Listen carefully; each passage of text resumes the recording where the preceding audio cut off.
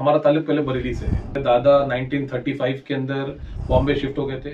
8th तक हमारा ऐसा मामला था कि हम 9 में से 8 सब्जेक्ट में फेल हो जाते। अच्छा।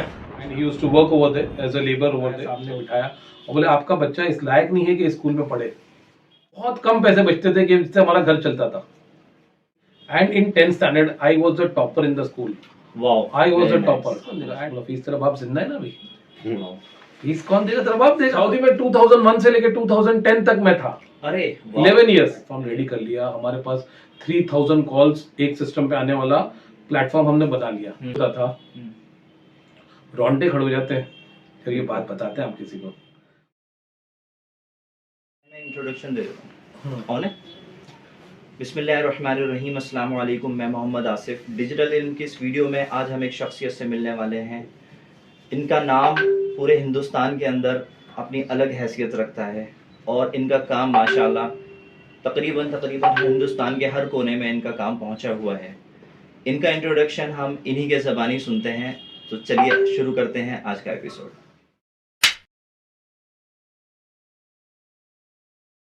सर नाम इमरान राहत शेख है और अल्हम्दुलिल्लाह पेशे से एक सॉफ्टवेयर इंजीनियर हैं हम।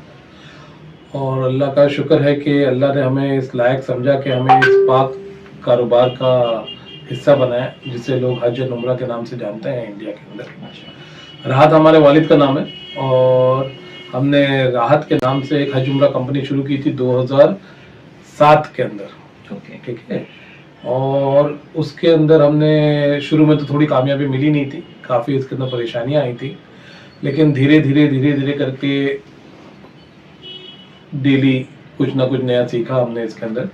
और हमने इसके अंदर 2011 के अंदर अल्लाह ने हमें इसके अंदर बड़े ग्रुप से नवाजा और अल्लाह का शुक्र है कि 2012 में हमने इंडिया में पहली बार हमने फ्रेंचाइजी मॉडल लॉन्च किया, एजेंसी मॉडल लॉन्च। ये बताएं कि इससे पहले यानी अर्ली लाइफ में आपने ये काम कब से, मतलब उससे पहले आपके बाबा अजदाद या कुछ और पुराने लिंक्स इस ट्रेड में थे आपके? नहीं सर, हमारा जो कारोबार था सबसे पहले तो हमारे जो खानदानी हमारा ताल्लुक पहले बरेली से है। ओके। हम लोग बरेली से, हमारे दादा 1935 के अंदर बॉम्बे शिफ्ट हो गए थे। ठीक है। My father myself are born and brought up in Bombay. Okay, ठीक है ना। बॉम्बे के कौन से इलाके से हैं? बॉम्बे सर आपको सबसे फेमस इलाका बॉम्बे का मोहम्मद अली रोड, भिंडी बाजार, माशाल्लाह, जामनी मोहल्ला, ये जो एरिया है। आपने डोंगरी आजकल बहुत फेमस है, डोंगरी, ये सारे हमारे इलाके हैं जहाँ पे हमारा बचपना गुजरा है। आपकी स्कूलिंग और अर्ली एजुकेशन कहाँ से हुई? I have graduated from KC college in Bombay and I am a BCom graduate. And secondly हमारी जो स्कूलिंग हुई है वो डंस इंस्टीट्यूट नाम की एक स्कूल है, आईसीएसई मीडियम। इट इज, आपको पता है बॉम्बे में एसएससी बोर्ड होता है, आईसीएसई बोर्ड होता है। तो नेवी नगर के अंदर कोलाबा के अंदर एक स्कूल थी, dance institute. I cleared my 10th in first grade and I was a topper in the school माशाल्लाह। और 8th तक हमारा ऐसा मामला था कि हम 9 में से 8 सब्जेक्ट में फेल हो जाते थे। अच्छा। तो हमारा ध्यान नहीं था पढ़ाई के अंदर और फ्री लाइफ थी। डैडी वगैरह कोई, हमारे फादर जो थे वो जापान में थे and he used to work over there as a labour over there. Okay. And then my mother could not, बच्चे भी ज्यादा थे हमारे, मतलब 3 भाई बहन थे, तो she was not able to control us और हमारा भी जो पढ़ाई में ज्यादा ध्यान नहीं था। तो 9 आउट ऑफ 9 सब्जेक्ट्स में से 8 में हम फेल हो गए थे। अच्छा, ये 10th क्लास की बात? नहीं, ये तो 8th स्टैंडर्ड की बात है। 8th स्टैंडर्ड की बात है। तो फिर हमारे वालिद को हमारी मम्मी ने फोन किया कि भाई तुम अगर जापान में रहोगे तो बच्चे तो ये निकल जाने तुम्हारे हाथ से। तो she called my father back. Okay. He left all his job and everything like that. That is not important. What is important is my son and his future. If he is failing in 8 out of 9 subjects, that is like, it is not acceptable. Right. So he immediately left his job. He came from Japan and he did a very good counseling of me. Okay. My father never hit me. मारने से कोई भी ये ना मसला हल नहीं होता। जी। आज तक कभी भी ना मेरे मम्मी ने ना पापा ने कभी भी किसी बच्चे पे हाथ नहीं उठाया। सीधे से बताया देखिए ये हमारी परिस्थिति है, ये हमारे हालात हैं, ये हमारी मंथली इनकम है और इसको चेंज करने का जो एक जरिया तुम्हारी पढ़ाई है। अगर तुमने ये नहीं किया, टीचर ने हमारे पापा को खुद बुलाया, सामने बिठाया और बोले आपका बच्चा इस लायक नहीं है कि स्कूल में पढ़े। This is ICSE medium and here we have got very qualified parents, very qualified teachers, and the students who are getting out from here, they have got a different league. ये एक अलग level के बच्चे पैदा होते हैं और अलग लेवल के ना मार्केट के अंदर जाते हैं तो इनका एक अलग रुतबा होता है। मुझे नहीं लगता कि आपका बच्चा इस लायक है या इस काबिल है ये स्कूल के अंदर आगे कंटिन्यू करेगा, तो इसको आप यहाँ से निकालें। एक एसएससी बोर्ड, महाराष्ट्र बोर्ड के अंदर कोई हस्ती सी गवर्नमेंट स्कूल में डाल दें, इसकी फीस भी ज्यादा है, आप लोग अफोर्ड नहीं कर पाएंगे। तो this words were like falling like stones on my father. उनको बहुत ज्यादा बेइज्जती महसूस हुई और मेरे को बहुत ज्यादा बेइज्जती महसूस हुई इसके अंदर। And then he came and he had tears in his eyes. He said like, what is happening? That is not what I was expecting. I have spent all my life paying fees for your school. और उस time पे जो school की fees थी ये तकरीबन इतनी थी कि अगर वो फीस पे कर देते तो हमारे घर के खर्चे के अंदर है ना बहुत कम पैसे बचते थे कि जिससे हमारा घर चलता था। तो अल्लाह का शुक्र है हमारे पापा ने कभी भी हमारी स्कूलिंग में, एजुकेशन, मेरी नहीं, I have 2 sisters, उनको भी my one sister is a doctor, माशाल्लाह। अच्छा। my younger sister Amreen, she is a doctor, and another sister, she is a IT graduate, she is also done her ITA and she is also very well qualified, but my father spent all his life making sure that the children become quite educated and they stand in the market so somebody respects them. जिस वक्त यह emotional आपके साथ में हुई बातें हुई उस वक्त आपकी एज मेरे ख्याल में 14-15 साल की रही होगी। हाँ, 8th स्टैंडर्ड में थे हम उस वक्त, तो 14-15 साल थी। फिर उसके बाद मैंने सिर्फ पढ़ा। अच्छा, सिर्फ पढ़ा मैंने और कुछ भी नहीं किया। मतलब आप कह सकते हैं कि उस मोमेंट ने आपकी लाइफ चेंज कर दी। लाइफ चेंज हो गई। My teacher called my papa after the school at her home, okay, to give extra piece of advice कि मैंने आपको उधर इतना कुछ नहीं बताया, प्रिंसिपल थी ये थी कि स्कूल से निकाल लो, कि ये टीचर क्यों बोल रही है स्कूल से निकाल लो, ये तो स्कूल का वो नुकसान करने के चक्कर में। तो उसने मुझे, मेरे पापा को घर पे बुलाया और बोला कि भाई इसको आप निकाल लें, आप अपना पैसा बर्बाद नहीं करें, आपका बच्चा जो है ना ये पूरा डम्ब है और ये कुछ नहीं कर पाएगा। बट यहाँ पे मैं आपको कहना चाहूंगा कि जो अपने माँ बाप वो जो होते हैं ना, अपने पापा मम्मा, बच्चों के ऊपर कॉन्फिडेंस नहीं खोना चाहिए। ओके, आप अपने बच्चों को कॉन्फिडेंस दिलाइए। अल्लाह ने उसके अंदर कब क्या कुव्वत डाल देनी है और वो कब किस उसके अंदर चेंज हो जाएगा वो आपको नहीं पता। कॉन्फिडेंस अपने बच्चे में कभी भी आपको खोना नहीं चाहिए। आपके माँ बाप में, आपके मम्मी पापा में अगर जब तक ये एबिलिटी है, ये फीलिंग है कि मेरा बच्चा है, ये चैंपियन है, ये कल कुछ ना कुछ करेगा, तो घर से जब तक ये सपोर्ट मिलती रहनी ना, तो आपको कोई हरा नहीं सकता दुनिया में, कोई आपको हरा नहीं सकता। तो जब पापा ने मुझे बोला तो उसके बाद में फिर मैंने सब चीज छोड़ दी। दुनिया में क्या हो रहा है मुझे नहीं पता। I did not meet any of my friends and from 8th standard failing in 9 subjects, I cleared my 8th, I cleared my 9th, and in 10th standard I was the topper in the school. Wow, I was a topper, and all the students were shocked, like he is a black horse from where he has come. And the teacher, the principal, my school teacher, the first thing my father did was took my result and took me to the same teacher who had told that isko nikal lo. She was out of the school, she had retired in that 2 years, but he made sure he found out the address of the teacher and we went from the school directly, we went to the teacher house and he showed, he didn't enter the room of the teacher from outside. You told 2 years back that my son is not qualified for the school, he's a topper in the school, so I think you are not a good teacher. क्या बात है। I am a good father. Right. I didn't lose confidence in my son. You lost confidence in your student. So please, next time, be very sure of whom you are speaking, and you are not here to demotivate a child. You are here to motivate a student. So what you did was wrong. What I did was right. So I just came here so you don't speak such words to another student. Right. So this is the result. So that was a life-changing moment, and after that I joined computer classes, and my father enrolled me into IT. He said the IT was on a boom. Everybody was doing IT. Everybody was doing IT. कौन सा साल चल रहा था उस वक्त? 95, 96 की बात बता। 95, 96 तो जस्ट इंडिया में इंटरनेट आया ही था। पहुंचा भी नहीं था, सिर्फ एलीट क्लास के पास एलीट क्लास के पास। तो हमने एप्टेक कंप्यूटर एजुकेशन ज्वाइन की माशाल्लाह, और वहाँ पे अल्हम्दुलिल्लाह उसकी फीस इतनी ज़्यादा थी डैडी बोले के, और कॉलेज में हम तो टॉपर थे स्कूल के, तो KC college took me on the first interview. Okay, direct interview, direct admission, no interview, no nothing, top of the school, directly entry. तो उसकी फीस भी बहुत ज्यादा है। केसी कॉलेज नामचीन कॉलेज है बॉम्बे का, KC, HR, Jai Hind, these are the top colleges of Bombay. Right. तो उसकी फीस एक तो इतनी ज्यादा, अब उसके बाद में फिर डैडी बोले यार ये खाली पढ़ाई लिखाई से काम नहीं होगा, कोई हुनर होना चाहिए तुम्हारे हाथ में। जब तक हुनर नहीं होगा तो तुम क्या बनोगे, clerk? Right. What you will become? पढ़ लिख के आप क्या करोगे? So you have to have some qualification. So then he enrolled me into computer classes. उसकी फीस इतनी ज्यादा थी, हमारा एक ना, हमारी हिस्ट्री बहुत अच्छी थी, रईस थे हम, एक खानदान, हमारे जो दादा थे हबीबुल्ला एंड सन्स का नाम चलता था।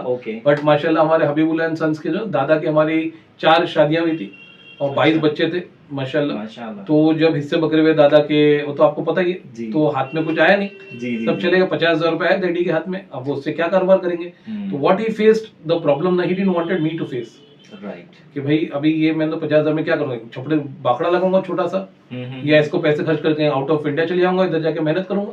तो वही किया उन्होंने।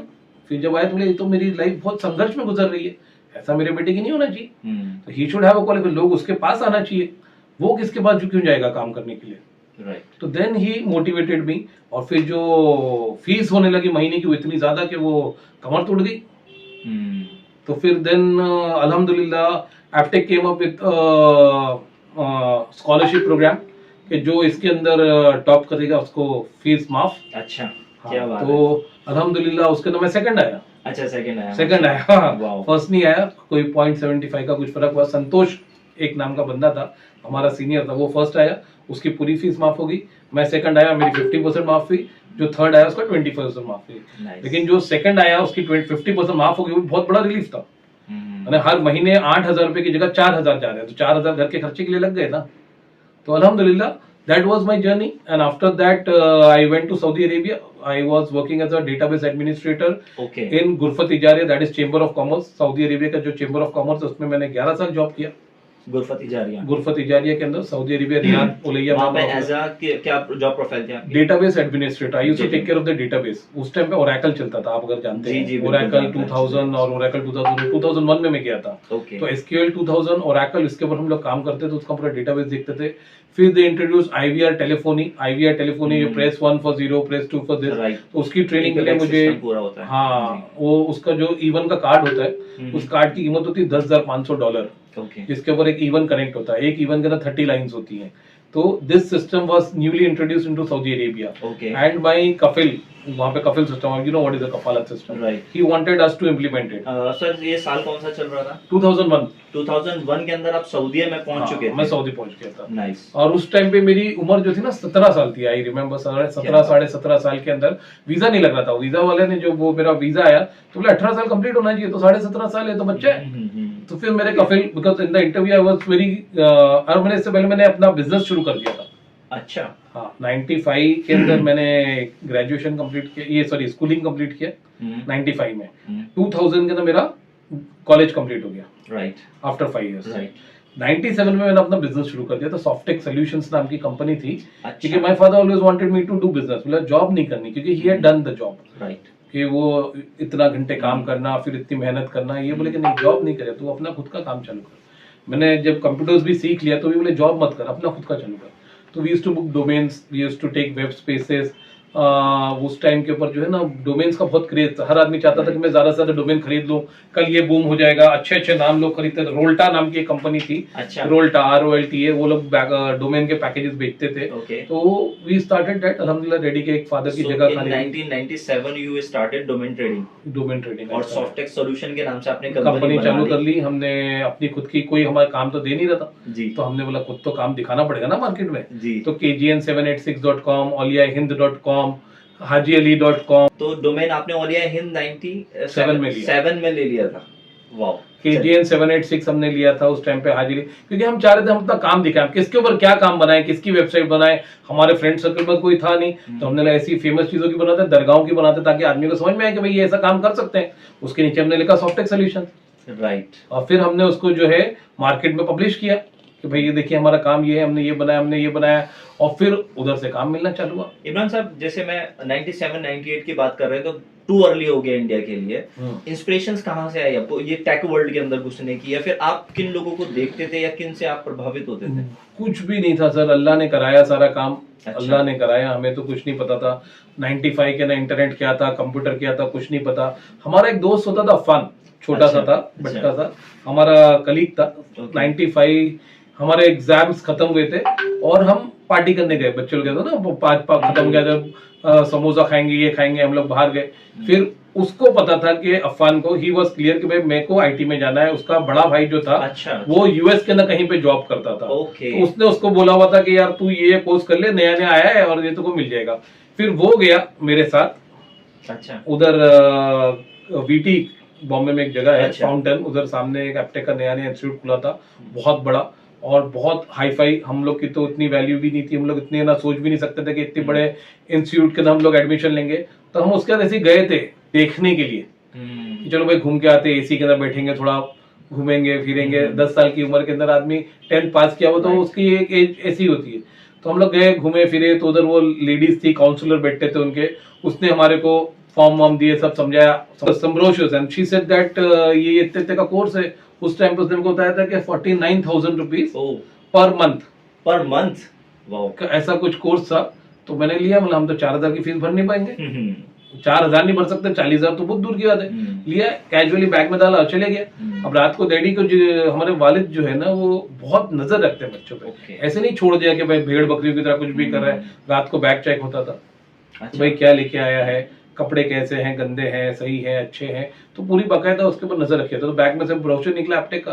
अच्छा, तो that thought that I am interested, right, but I was just a companion with my friend. उन्होंने बैग में देखा कि एप्टेक के ब्रोशर्स है, ये है, वो है, कोर्स फीस है।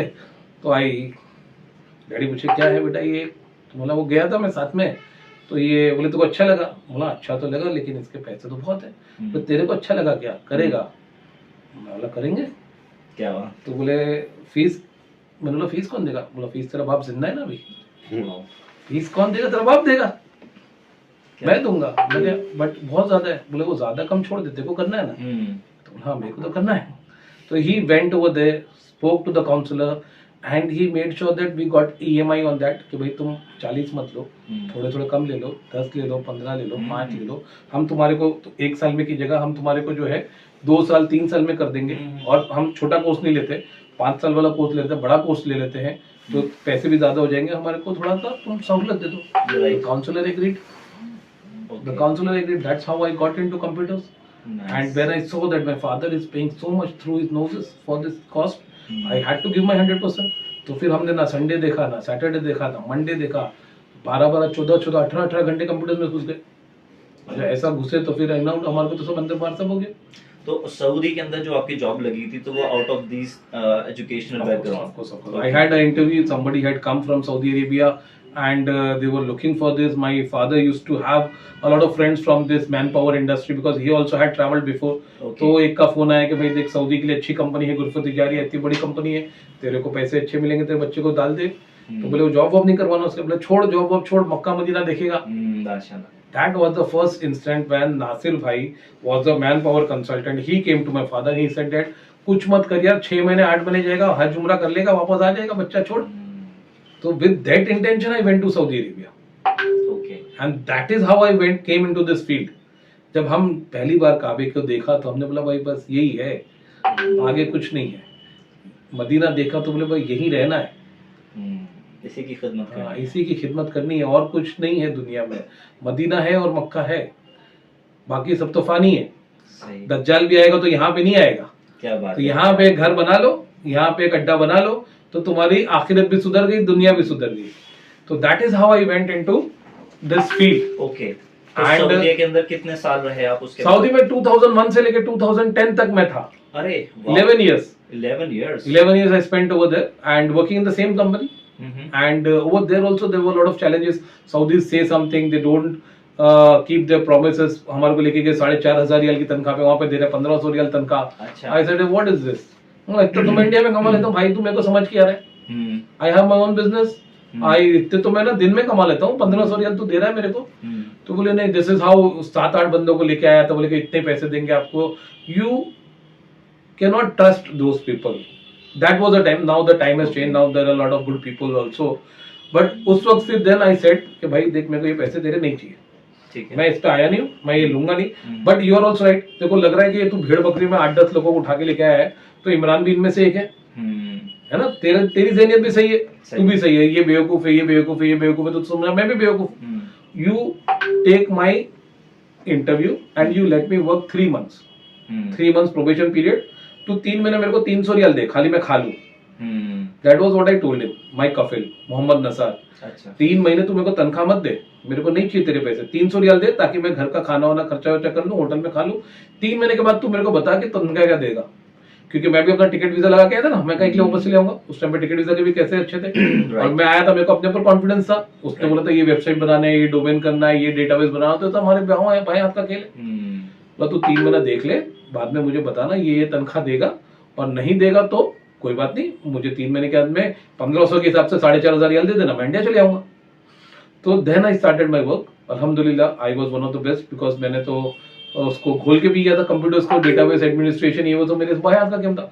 After 3 months he give me 4500 riyal salary. Okay and within 2 years I was at a salary of 10,000 riyal, माशाल्लाह अल्हम्दुलिल्लाह। And within 5 years I was 2% partner in the same company. क्या बात है। I was 2% partner in the same company. So यहाँ पे कुछ सीख आप अपने जैसे जो बच्चे कंपनीज ज्वाइन करते हैं, कोई अच्छे ग्रुप को ज्वाइन करते हैं, उनके लिए क्या कहना चाहेंगे? क्योंकि अभी right now we are sitting in 2024, बच्चों का माइंड है ना इतनी जल्दी सेट चेंज होता है कि कोई कंपनी अगर किसी ने अच्छी जॉब मिल गई, कुछ बढ़ गया, तो वो फटाफट से दूसरी कंपनी तीसरी कंपनी जंप करने लगते हैं। Jumping is not a good idea. Okay jumping is not a good idea.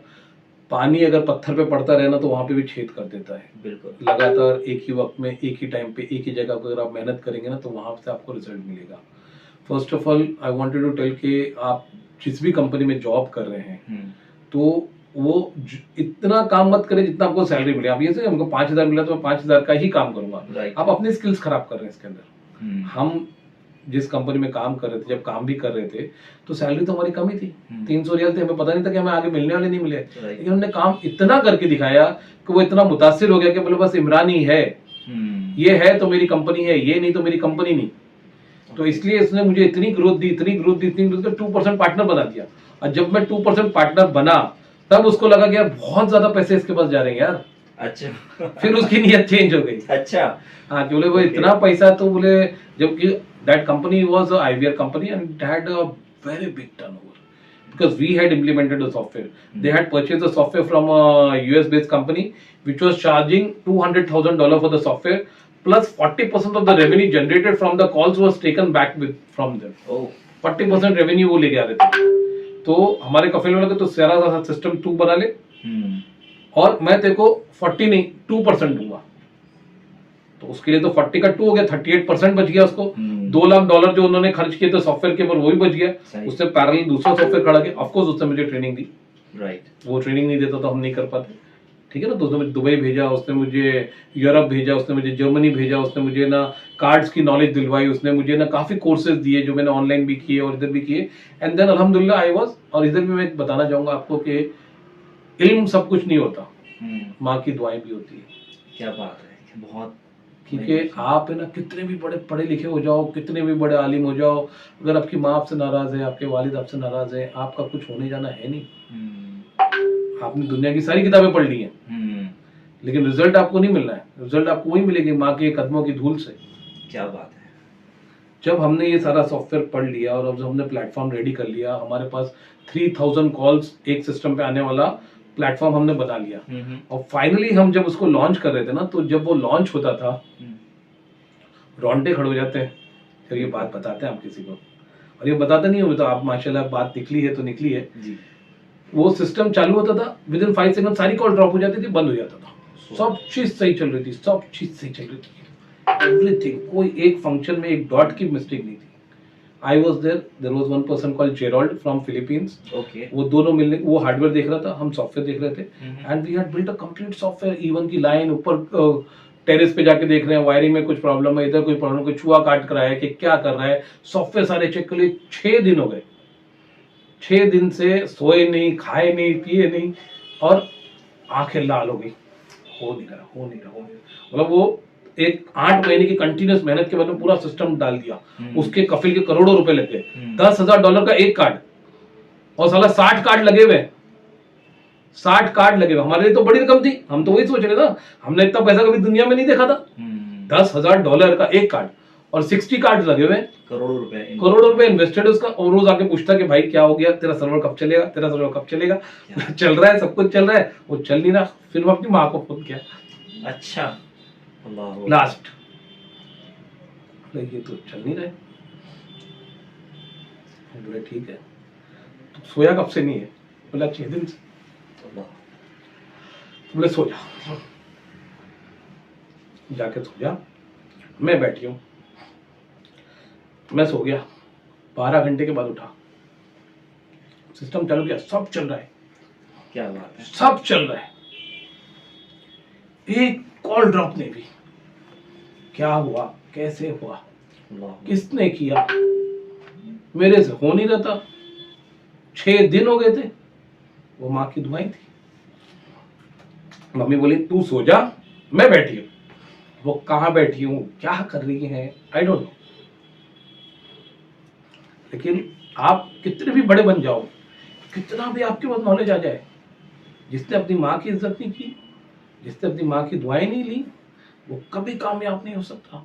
और हो भी गया तो किसी फायदे की नहीं है वो कामयाबी, किसी फायदे की नहीं है। आप करोड़ों रुपए रख लो अपने जेब में, अपने बैंक में 500 करोड़, 5000 करोड़, ऐसे फिगर्स बहुत देख लिए।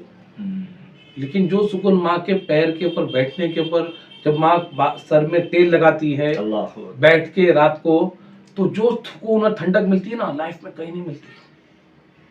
दुनिया की ऐसी कोई जगह नहीं जहाँ पे हम गए नहीं, ऐसे कोई काम नहीं है जो हमने किए नहीं।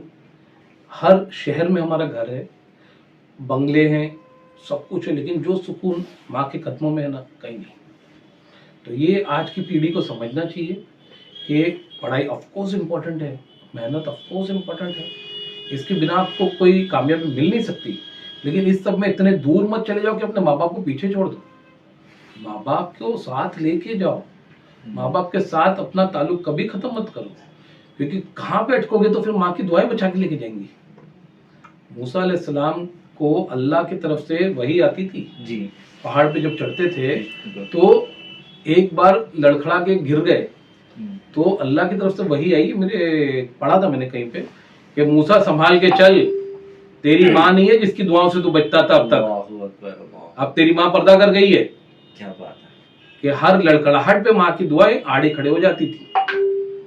तो ये माशाल्लाह अल्लाह का शुक्र है, अल्हम्दुलिल्लाह कि हमारे माँ बाप, और ये बहुत अच्छी बात है। और ये मैं अपने आप को लकी समझता हूँ कि दुनिया में कोई भी है ना मेरे से ज्यादा लकी है नहीं, क्योंकि आज मैंने जो भी कमाया, जो भी किया, आज मेरे वालिद, मेरी वालदा जिंदा है मेरी कामयाबी को देखने के लिए, माशाल्लाह। वरना लोग कमा के माँ बाप के जाने के बाद उनको कामयाबी मिलती है। तू शाहरुख खान बन गया लेकिन तेरी माँ ने तो नहीं देखी तेरी तरक्की, तू मुनव्वर फारूकी बन गया लेकिन तेरी माँ ने तो नहीं देखी तेरी कामयाबी। तो इसलिए हम अपने आप को इतना खुश नसीब समझते हैं कि अल्लाह का करोड़ों करोड़ों मालिक का एहसान है कि हमने जो भी किया, मेहनत की, बरता, और आज हम किसी भी लायक हैं। अल्लाह ने जिस लायक भी बनाया हमारे को, तो हमारे वालिद वालदा हमारे साथ है। उन्होंने हमारी कामयाबी को देखा, हमारे गिरने को देखा, हमारे उठने को देखा, और उनकी दुआएं हमारे साथ थी। और आज हम जो भी हैं अपने माँ बाप की दुआओं की वजह से हैं। ये नहीं कि आप है ना इतने क्वालिफाइड थे, हम तो कुछ थे ही नहीं, हम तो फेलियर थे। 9 में से 8 सब्जेक्ट में तो फेल हो जाते थे।